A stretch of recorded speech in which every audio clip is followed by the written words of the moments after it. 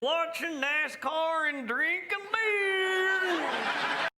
Of the United States of America, and to the republic for which it stands, one nation under God, indivisible.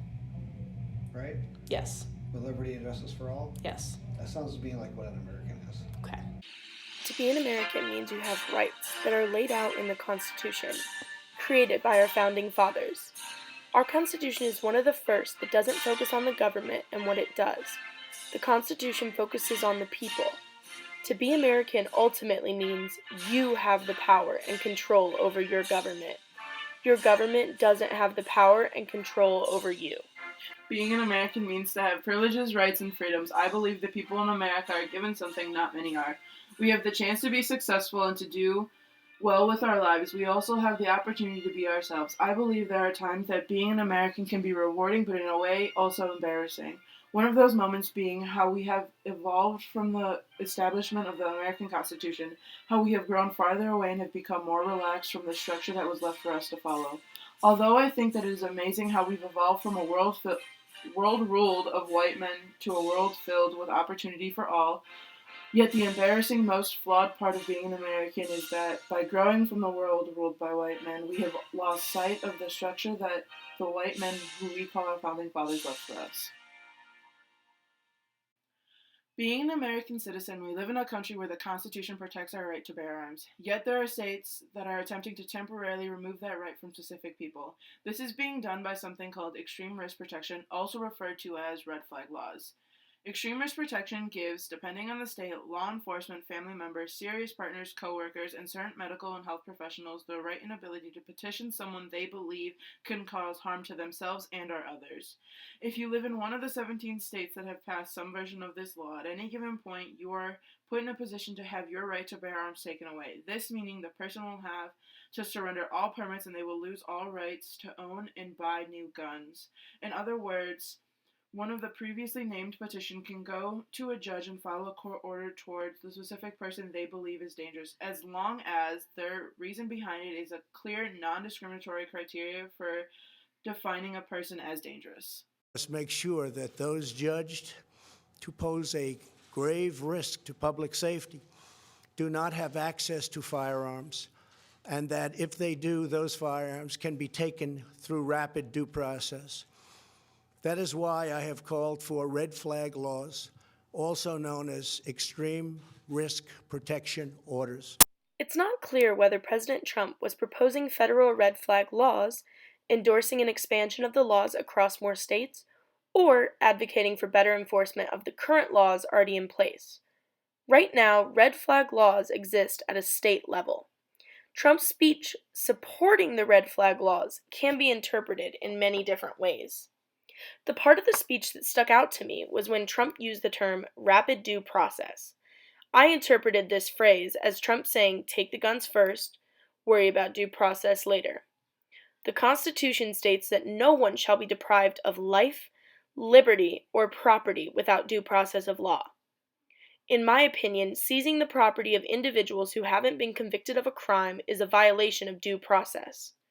To summarize, red flag gun laws are pre-crime and ultimately unconstitutional. I believe was in response to yet another gun tragedy. We feel that the people in the government are trying to use really emotional events to pass tougher laws. Our country gained its independence because of guns. We beat the Brits' powerful army because they came to our land, and because of hunting. We beat them. We could shoot farther and more accurately. In my opinion, guns are the single reason the United States of America exists today.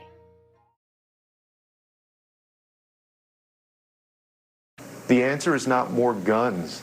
The answer is to make sure that these weapons of war, these semi-automatic weapons, don't get into the hands of people who go and use them on the street. There's a mental health crisis not only in Colorado but in our nation. We're here because we want to make sure you're okay. The key to it is to remove a handgun when they're so unable to make rational decisions for their own health and their own welfare. Now, to help our point of view, I contacted Dave Workman. He's a senior editor, a part of the Citizens Committee for the Right to Keep and Bear Arms. I sent him an email of various different questions, and in the following few portions I will be discussing his answers to our questions and my responses to his answers. Going further into the mental health portion of our point of view, I had asked Mr. Workman the question, in some states there are certain health and medical professionals that are allowed to file these orders/petitions toward their clients. Do you think that it is fair? He had responded back, there is nothing fair about this process. It is a subjective determination. Ideally, these health and medical professionals should at very least be required to interview and examine someone in advance of filing for a red flag order, and it should be in controlled, unbiased environment. Mr. Workman comes to a very valid point about these examinations and interviews needed to be done in a controlled, unbiased environment. Because, as mentioned previously, all these positions needed to be a clear, non-discriminatory criteria for defining a person. He also states how it should be something at very least they need to be doing, which in my perspective means it is not what they are and have been doing. The people who have been labeled as mentally unstable to carry a gun in these states are getting their rights taken away by a subjective ruling from these health and medical professionals. Right now, the way it stands, they don't have a way to determine what that mental instability looks like. The woman in the video is absolutely right. How can someone determine what a mental instability looks like? What are those qualifications? Put yourself in a position of someone with a mental instability. Would you really want to give your rights up to a subjective ruling from law enforcement that is being applied to court with someone saying that your rights should be terminated? Others will ask, what if it helps save lives? What if it would make your community safer? I ask, at what cost? What is this cost?